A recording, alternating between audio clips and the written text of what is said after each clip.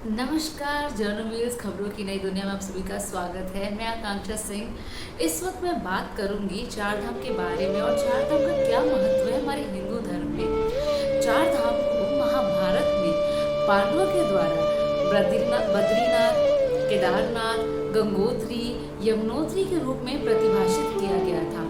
पांडवों का मानना था कि ये चार धाम ऐसी जगह है जहाँ लोग जाके अपने पापों को सिद्ध करते हैं।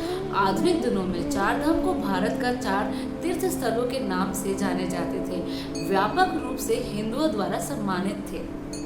इसमें बद्रीनाथ, द्वारका, पुरी और रामेश्वर शामिल थे।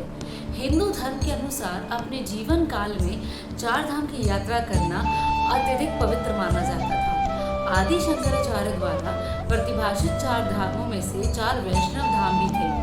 भारत के उत्तराखंड राज्य में प्राचीन तीर्थयात्रियों के लिए यमुनोत्री, गंगोत्री, केदारनाथ और बद्रीनाथ का छोटा धाम के रूप में भी माना जाता है। कहा जाता है जो लोग पूरे भारत का भ्रमण नहीं कर सकते चारों धाम के लिए, वो उत्तराखंड में जाके चारों धामों का दर्शन कर सकते हैं। चारों धाम और इतिहास एवं उसकी कहानी।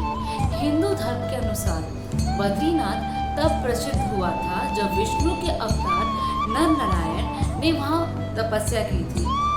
उस समय वो स्थान बेरी के पेड़ से भरा हुआ था। संस्कृत भाषा में बेरी का अर्थ होता है बुरा, इसीलिए इस स्थान को बद्रिका वन शामिल किया गया था, अर्थात बेरी के जंगल। वो स्थान जहाँ नर नारायण तपस्या कर रहे थे। वो एक बड़े से बेरी के पेड़ के नीचे अपने वर्षा और सूरज की गर्मी से बचने के लिए ढक लिया था।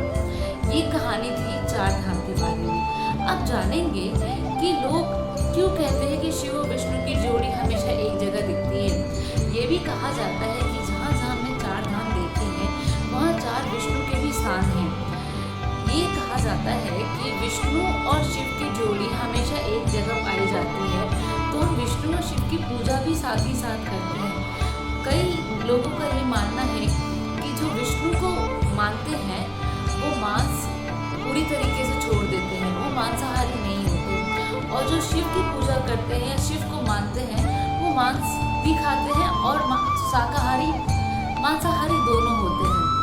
अब हम जानेंगे शिव और विष्णु की क्या कहानी है और उनका क्या मानना है और ये तीर्थ स्थलों से उनकी क्या बातें जुड़ी हुई हैं।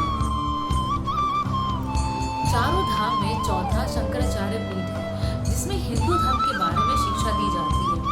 शंकराचार्य पीठ में कम से कम 4 हिंदू मठवासी हैं जो स्थान बनाए गए। उन्होंने इस 4 मठों को एक तहत हिंदू अभ्यासकों के आयोजित किया है। इस 4 मठों के मुख्यालय पश्चिम में द्वारिका, पूर्व में जगन्नाथपुरी, दक्षिण में शारदा पीठ और उत्तर में बद्रीश्रम के तहत हिंदू अभ्यासकों को आयोजन किया गया है। हिंदू पुराणों के अनुसार हरि और हर को साहस मित्र माना गया है। ये कहा जाता है कि जहाँ भी भगवान विष्णु रहते हैं भगवान शिव की भी जोड़ी वहीं आसपास रहती है। 4 धामों में उसकी अपवाद नहीं है। इसके लिए केदारनाथ को बद्रीनाथ की जोड़ी के रूप में माना गया है, रंगनाथ स्वामी को रामेश्वर की जोड़ी माना गया है, स्वामीनाथ को द्वारका के साथ माना गया है। इसी तरह हम आगे जानेंगे हमारे 4 मठों के बारे में। चारों धामों में क्या क्या प्रसिद्ध है, क्यों वो चार धाम कहलाए और उसकी क्या कहानी और इतिहास है। बनाए गए चार धाम। ग्रंथों के अनुसार प्राचीन तीर्थ स्थलों पर जाने से पौराणिक ज्ञान बढ़ता है, देवी देवताओं से जुड़ी कथाएं और परंपराएं मालूम होती हैं, प्राचीन संस्कृति को जानने का मौका मिलता है। मंदिर के पंडित और आसपास रहने वाले लोगों से संपर्क होता है, जिसे अलग अलग रीति रिवाजों के जानने का अवसर मिलता है। भगवान और भक्ति से जुड़ी मान्यताओं की जानकारी मिलती है, जिसका लाभ दैनिक जीवन की पूजा में मिलता है। इसीलिए 4 धामों को अलग अलग दिशाओं में स्थापित किया गया था।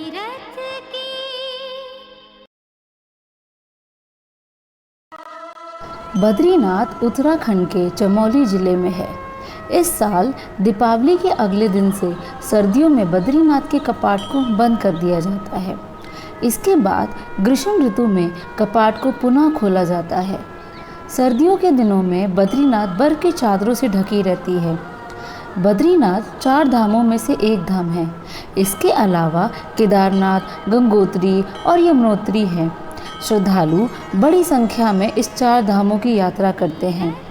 चार धामों के अलावा देवी की भूमि उत्तराखंड में तुंगनाथ और मुदेश्वर मंदिर भी सर्दियों के दिनों में बंद रहते हैं। महाभारत काव्य में वर्णित है कि द्वारका भगवान श्री कृष्ण की राजधानी थी। यह शहर गुजरात राज्य में स्थित है। इतिहासकारों की माने तो गुजरात के द्वारकाधीश मंदिर का निर्माण भगवान श्री कृष्ण के परपोते ने करवाया है। कालांतर से मंदिर का विस्तार होता रहा है।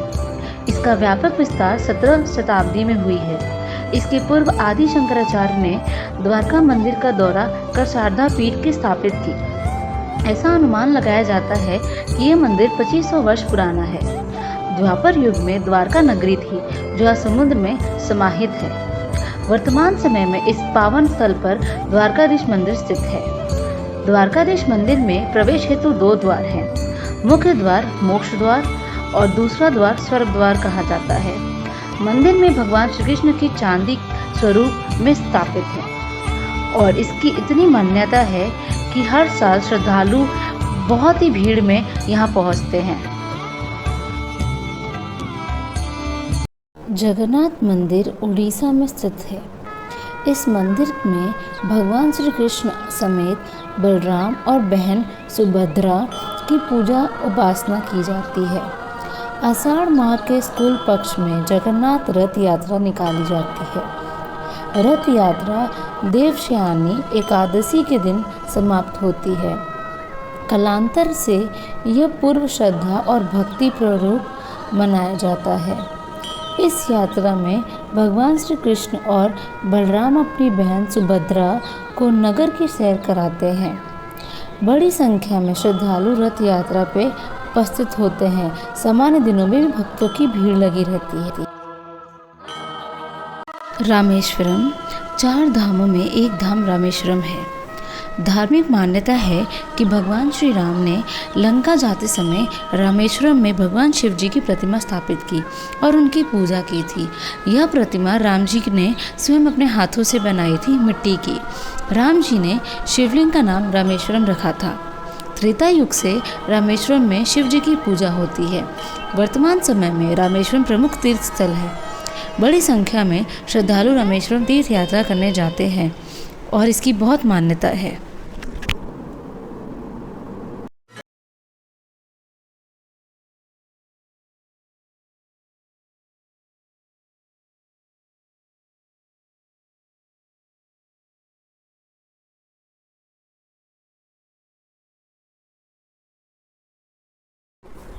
तो जैसे कि अभी हमने जाना सारी कहानियों को विस्तार में और चारों धामों के बारे में हमने पूरी तरीके से जानकारी ली है। ऐसे ही जानकारी पाने के लिए आप जुड़े रहिए हमारे साथ अगले वीडियो में जर्नो व्हील्स के साथ। धन्यवाद।